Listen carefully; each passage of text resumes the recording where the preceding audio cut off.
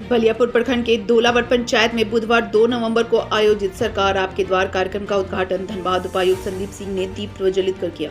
तत्पश्चात उन्होंने विभिन्न विभागों द्वारा निष्पादन एवं लाभ प्राप्त करने हेतु लगाए गए स्टॉलों का जायजा लिया।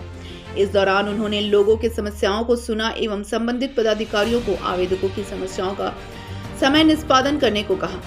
सावित्रीबाई फुले किशोरी समृद्धि योजना के लाभ पाए किशोरियों समेत अन्य योजनाओं से संबंधित लाभुकों को चेक व स्वीकृति पत्र प्रदान किया। उपायुक्त ने सावित्रीबाई फुले किशोरी समृद्धि योजना को महत्वाकांक्षी योजना बताते हुए कहा कि सभी किशोरी इसका लाभ अवश्य ले। मुख्य रूप से 15 योजनाएं हैं। इन योजनाओं के तहत लोग आच्छादित होने की अर्हता रखते हों और इसका लाभ नहीं मिल रहा है, वैसे लोगों को चिन्हित कर आवेदन प्राप्त करेंगे और उसका निष्पादन तत्काल करेंगे। अगर कोई कागज अपूर्ण है तो उसे पूर्ण करने के बाद तय समय सीमा तक निष्पादन करने का प्रयास करेंगे। इस कार्यक्रम के दौरान बुद्धिमा जी, रासमणि हेम्ब्रम, सजंती हेम्ब्रम, ब्रह्ममुनि देवी समेत आधा दर्जन से ऊपर महिलाओं ने लगातार को बताया कि सरकार आपके द्वार के पहले चरण में इन लोगों ने पीएम आवास के लिए आवेदन दिया था, लेकिन आवास मिलना तो दूर, सूची में नाम तक नहीं आया। पीएम आवास के आस लिए फिर रहे इस कार्यक्रम में आए हैं। मौके पर बीडीओ अमित कुमार, सीओ राम प्रवेश कुमार, प्रखंड प्रमुख पिंकी देवी, उप प्रमुख आशा देवी, जीप सदस्य संजय महतो, जीप सदस्य उषा महतो, 20 सूत्री प्रखंड अध्यक्ष राजेंद्र किस्को, मुखिया सुनीता मलिक, मुखिया प्रतिनिधि राकेश मलिक, सीडीपीओ कल्पना कुमारी, बीपीओ पूजा वर्मा, मुखिया उत्तम चौबे, ईश्वर मरांडी, टार्जन हेम्ब्रम आदि मौजूद थे। आपकी सरकार आपके द्वार कार्यक्रम के तहत आज यहाँ बलियापुर प्रखंड इस पंचायत में हम लोग आए हैं और अलग अलग विभागों की करीब 15 फोकस ऐसी योजनाएं हैं जिनमें सैचुरेशन मोड पर, मतलब कि इस पंचायत में जो भी लाभुक उस योजना के तहत आच्छादित होने की अर्हता रखते हों और वर्तमान में उनको भी उस योजना का लाभ नहीं मिल रहा है, तो उनको चिन्हित करते हुए उनके आवेदन प्राप्त करेंगे। ऑनलाइन पोर्टल पर उसकी एंट्री होगी, उसकी एक एक्नॉलेजमेंट स्लिप उनको देंगे और समय से उसका निष्पादन प्रथम प्रयास यहाँ ऑन द स्पॉट कैंप में ही निष्पादित करने का रहता है। लेकिन अगर कोई कागज़ उसमें अपूर्ण हैं या कोई और आगे जांच की जानी है तो एक समय सीमा हर योजना वाइज निर्धारित है कि इतने दिन में उसको डिस्पोज करके लाभुक को जानकारी हो। यदि उनका मोबाइल नंबर लिया जाता है तो एसएमएस के माध्यम से भी उनको जानकारी होती है। और जो आपने पूछा उसमें फूलो झानो, ये सावित्रीबाई फुले किशोरी शक्ति योजना, ये एक बहुत महत्वाकांक्षी योजना है जिसके तहत वर्ग 8 से लेके 12 तक की अलग अलग कक्षाओं में पढ़ने वाली जो बच्चियां हैं, 8, 9, 10, 11, 12, या फिर जब उनकी 18 या 19 साल की एज हो जाती है तो वोटर लिस्ट में वो जब इनरोल होते हैं एज ए वोटर, तो उस आधार पर उनसे आवेदन प्राप्त किए जाने हैं। कोई लक्ष्य इसमें नहीं है, कोई प्रतिबंध बाउंड नहीं है। मतलब अगर यहाँ हमको 100 आवेदन मिलते हैं तो 100 को हम लोग लाभ उपलब्ध कराएंगे, 150 मिलते हैं तो 150 को उपलब्ध कराएंगे। और अभी काउंटर विजिट के समय जो देखा गया है कि बड़ी संख्या में आवेदन यहाँ प्राप्त हुए हैं, लगभग 90-95 आवेदन केवल आज के इस कैंप में प्राप्त हुए हैं। और संबंधित पदाधिकारियों को ये कहा गया है कि उनका ससमय निष्पादन करें। कोई कागजात वगैरह अपूर्ण है तो लाभुक से संपर्क करके वो उनसे प्राप्त करें। और कुछ 10-15 बच्चियों को योजना के लाभ अभी डिस्ट्रीब्यूट भी किए गए हैं। तो आपके माध्यम से सभी से ये अनुरोध है कि योजना का लाभ उठाएं, अपने आवेदन जरूर जमा करें और आच्छादित हों उस योजना से। पूरे विभाग की टीम में 4 मजदूरों का मौत हुआ था, अभी तक मुआवजा नहीं मिला, तो इसके लिए क्या? ये रेलवे विभाग के कंस्ट्रक्शन साइट पर ये दुर्घटना हुई थी, उसमें जो संबंधित रेलवे के पदाधिकारी हैं उनसे भी बात की गई है और लेबर कोर्ट में जैसा उनके द्वारा बताया गया है कि जो सहायता की राशि है वो उनके द्वारा जमा कराई गई है। लाभुक के परिवार से संपर्क करके उसके डिस्ट्रीब्यूशन जल्दी कराया जाए, ऐसा रेलवे पदाधिकारियों को अनुरोध किया गया। सर, सरकार आपके द्वारा जो कार्यक्रम आयोजित किया जा रहा है, कुछ लोग ऐसे भी हैं जो इस कार्यक्रम से संतुष्ट नहीं है। उनका ये कहना है कि पिछले बार का जो दौर रहा उसमें भी आवेदन दिया गया है, बावजूद अभी तक मतलब उनका काम नहीं हो पाया है। देखिए, कई तरह के आवेदन इन कैंपों में प्राप्त होते हैं और कुछ आवेदन विशेष रूप से जिनके निष्पादन तुरंत कैंप में संभव नहीं होते हैं, उसमें राजस्व संबंधी कई बार मामले हैं, 2 लोगों के बीच में कोई ज़मीन विवाद है, मामला कोर्ट में चल रहा है, या प्रधानमंत्री आवास के बहुत सारे आवेदन अभी हम लोगों ने देखे कि यहाँ कैंपों में प्राप्त होते हैं। तो कई बार योजनाओं में अलग अलग प्रतिबंध हैं, अलग अलग उसमें अर्हता है कि सीसीसी में या तो उनका नाम हो या जो आवास प्लस का नया सर्वे हुआ है उसमें उनका नाम हो। तो ऐसे बिल्कुल कुछ आवेदन हो सकते हैं जिनके निष्पादन जो लाभुक हैं उनकी संतुष्टि के स्तर पर नहीं हुए हों। तो पुराने भी जो आवेदन प्राप्त हुए हैं पिछले कैंपों में, पिछले वर्ष के कैंपों में, और फेज़ 1 जो भी अक्टूबर माह में चला था, उसकी यहाँ से लेकर राज्य स्तर तक मॉनिटरिंग होती है।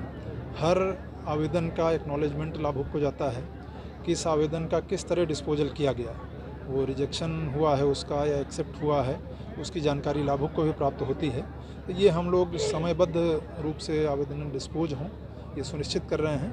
और अननेसेसरी जिसको हम लोग बोलते हैं कि जहाँ स्वीकृत होने वाला आवेदन है वो किसी परिस्थिति में रिजेक्ट नहीं हो, ये निर्देश भी सभी विभागों के पदाधिकारियों को दिया गया। सर, पशुपालन योजना में ग्राम सभा का बैठक का लेट को लेकर के नहीं मिल पा रहा, चुनाव तो हो गए सर, पंचायत चुनाव, तो सर क्या दिशा निर्देश दिया आपने? देखिए, इसमें कुछ योजनाएं हैं, जैसे मैंने कहा कि उनके आवेदन प्रोसेस करने की एक प्रक्रिया है।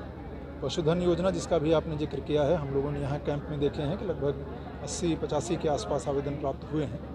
उसमें आवेदन स्वीकृति के क्रम में ही ग्राम सभा की जानी है, जिसमें लाभुकों की आहर्ता ग्राम सभा एक तरह से अनुमोदित करती है।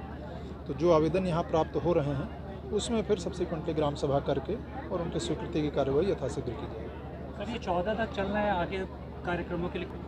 इस पूरे अभियान में प्रत्येक पंचायत में कम से कम एक बार जाने का, पूरे धनबाद जिले में जितनी पंचायतें हैं या शहरी क्षेत्र में जो वार्ड हैं, वो हम लोगों ने शेड्यूल तैयार किया है।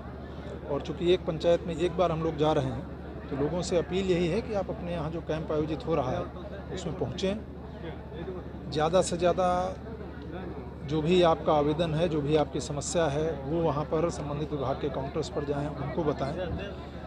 दोबारा ऐसा नहीं हो कि आज के इस कैंप के बाद इस पंचायत में हम लोग यहाँ आए हैं तो कुछ ऐसे लाभुक रह जाएं कि जिनको ये हो कि हम कैंप के दिन में आवेदन नहीं दे पाए, अब वापस हमको ब्लॉक या जिला दौड़ना पड़ रहा है। तो उद्देश्य जो कार्यक्रम का है उसका आप लाभ उठाएं। बहुत मतलब इस कैंप में ही ऐसा होता है कि सभी विभागों के जिला स्तरीय पदाधिकारी भी कई मामलों में, प्रखंड स्तरीय सभी पदाधिकारी, पंचायत के जो पदाधिकारी और कर्मी हैं वो सब हैं। तो एक बहुत अच्छा अवसर है कि लोगों की जो भी समस्याएं हैं, लोगों के जो भी आवेदन हैं, उनका निपटारा इसमें कराएं। सर, अपील आपके माध्यम से ये है कि लोग सहभागिता अपनी सुनिश्चित करें इसमें। सर, ये ब्लॉक स्तर पर जो सरकारी योजनाओं के लिए जो सीमेंट मुहैया कराई जाती थी सरकारी दर पर, वो अभी फ़िलहाल बंद है। इस पर सर क्या कुछ आगे किया जाएगा जिससे लोगों को आप सहयोग मिल सके? उसमें PWD के जो शेड्यूल ऑफ रेट हैं उसमें सीमेंट के दर निर्धारित हैं और जिला स्तर से दर निर्धारण का कोई अच्छा प्रावधान नहीं है। लोग उसमें कोई प्रतिबंध भी नहीं है। ओपन मार्केट से लोग जहाँ से भी संबंधित कॉन्ट्रैक्टर या वेंडर हैं उनसे सीमेंट प्राप्त कर सकते हैं। भुगतान जो है उनका PWD के शेड्यूल ऑफ रेट के हिसाब से होगा। आमझर पंचायत में नीतीशपुर मौजा में एक फुटबॉल प्रखंड स्तरीय स्टेडियम का निर्माण किया जा रहा है, जिसमें भारी अनियमितता है। और नीतीशपुर में ही एक सामूहिक वैवाहिक मंडप बनाया जा रहा है, उसमें भी भारी अनियमितता बरती गई है, जिस पर हम आज तकरीबन 6 माह से लिख रहे हैं। प्लस आपकी सरकार आपके द्वार जनता दरबार पे हम 13 अक्टूबर को आमझर पंचायत में हम दिए थे, जो जिला कल्याण पदाधिकारी आने वाले थे उनके हाथ में हम समर्पित किए हुए थे। अभी तक किसी प्रकार की कोई ना जांच की गई है ना कोई कार्रवाई की गई है।